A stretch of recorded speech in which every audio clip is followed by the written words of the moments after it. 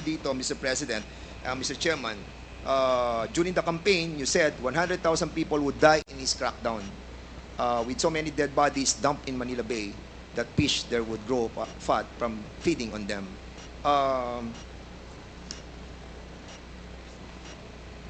And out of that 100,000 that you have mentioned, ang reported lamang po na namatay is, reported na namatay ay almost 20,000 to 30,000. So, were you disappointed on this, Mr. Kulang. Kulang? Were you disappointed that it's only 20,000 to 30,000? Sir, kung pabalikin mo ako sana pagka-presidente, I will make up for the yung kulang na ano. Kawawa naman po yung mga pamilya, Mr. President. Actually, marami po mga napatay na hindi po nabibigyan ng hustisya, and I think this is not a laughing matter, Mr. Chairman. This is my message, sir. Yes. Pagka pumasok ka sa droga, pumasok sa krimen, iyo yan. But iyo yan. yes, but Mr. President, you manifested. Yes. And they heard me say that do not do it because I will kill you. Yeah, but you manifested a while. Narinig Yes, nila Mr. yan, I understand po.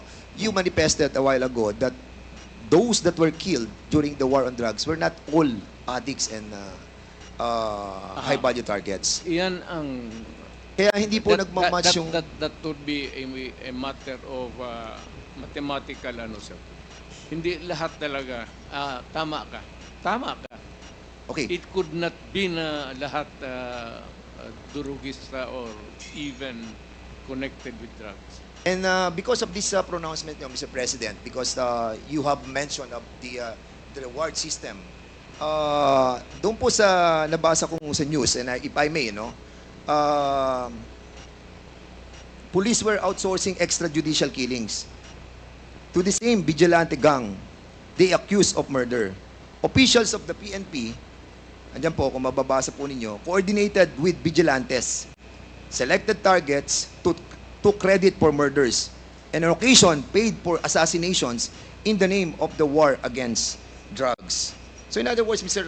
Chairman, because of this war on drugs na pronouncement po ninyo, yung pong anti-drug vigilante group existed because of this tinatawag po nating outsourcing ng mga pulis. Like what happened, Mr. President, nung kami po ay nag-imbestiga dito na si Colonel Santi, who testified under oath and made an affidavit na sinasabi po niya na nag-hire po sila ng killer para po kay General Barayuga.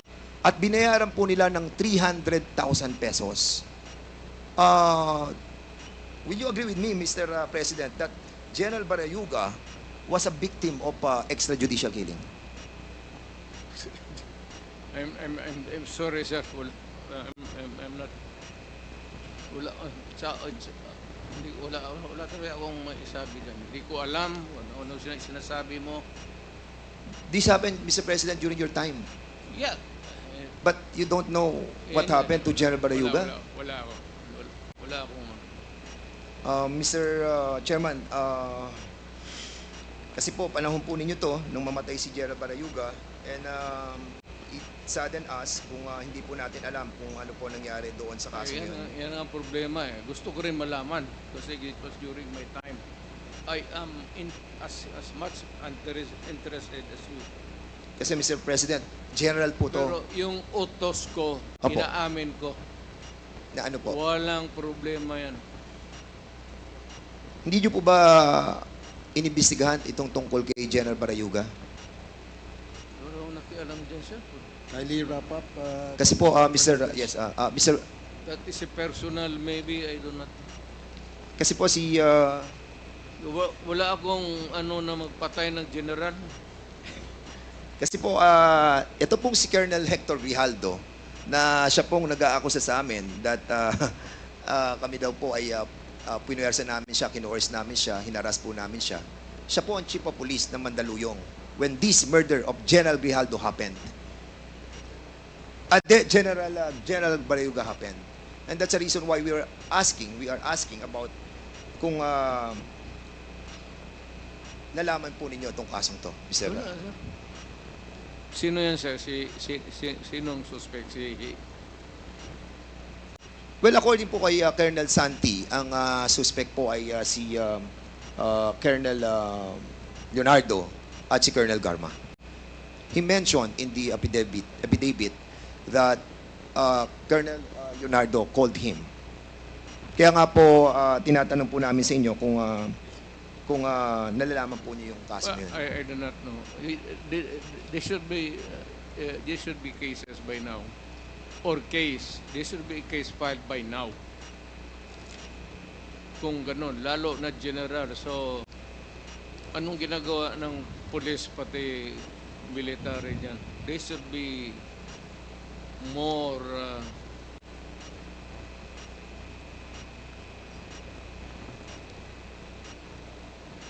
more active. Lalo na yung general. Okay po. Mr. Chairman, Mr. President, merong pronouncement sa Philippine Daily Inquirer written by Marlon Ramos, Robert Dehon, noong October 14, 2016. And De Lima called mother of all drug lords. Nakasulat po to at binabanggit po. Naniniwala po ba kayo that si Secretary De Lima ang mother of all drug lords? Who said it, sir? According sa report ay mga tao po natin sa Malacanang ay Sino, si sir? Director Ruel Lasala and Reynaldo Esmeralda, former NBI officer in charge ng Department of I Justice. would like to congratulate them for making this statement. Secretary De Lima, would you agree with the statement of the former president that you are the mother of all drug lords?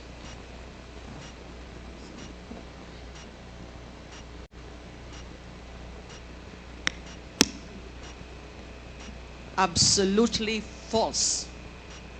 That is a fictitious, bogus allegation against me. And then they filed cases against me. Kinasuhan po ako nila ng mga kaso tungkol sa droga. Initially, consummated illegal drug trading. Inamend nila into conspiracy to commit illegal trading. 30 kaso yung sinampa sa akin. Absuelto na po ako dun sa 3 dahil wala po akong kinalaman sa illegal drugs. Kasama lang ho yan sa naging propaganda nila. Kasama lang ho yan dun sa mga para meron silang isang figure, a prominent figure, at si Senador De Lima ho yun noon, noong 2016, na doon ang magiging atensyon ng bansa, atensyon ng mundo, na itong babaeng ito ay the mother of all drug lords, the believed drug trade queen. Ano pong nangyari dun sa mga nag-akusa sa akin, yung mga believed convicts, mga nung una, yun ang mga sabi nila, kung ano-ano mga sinabi nila na nag-raise funds ako. Pero kinalaunan, binabawi ho nila yung kanilang mga akusasyon against me. I was cleared of all 3 drug cases. I underwent the whole process. Dumaan po ako sa buong proseso kahit mahirap, masakit para sa akin. Kinulong ako ng almost 7 years na hindi na po nila yan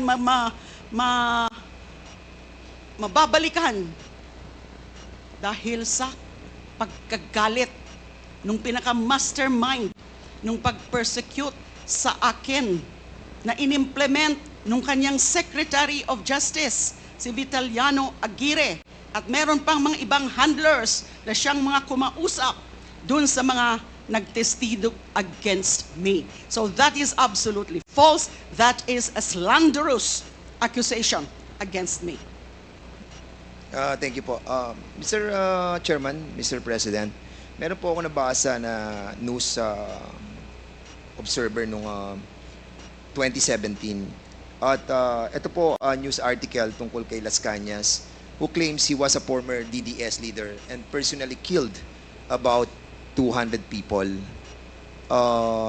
Sinabi niya po sa Senado, the squad was formed under the guise of an anti-crime unit within the Davao Police. He says, given the task of the team was, he says, given the task of eliminating hardened criminals, and later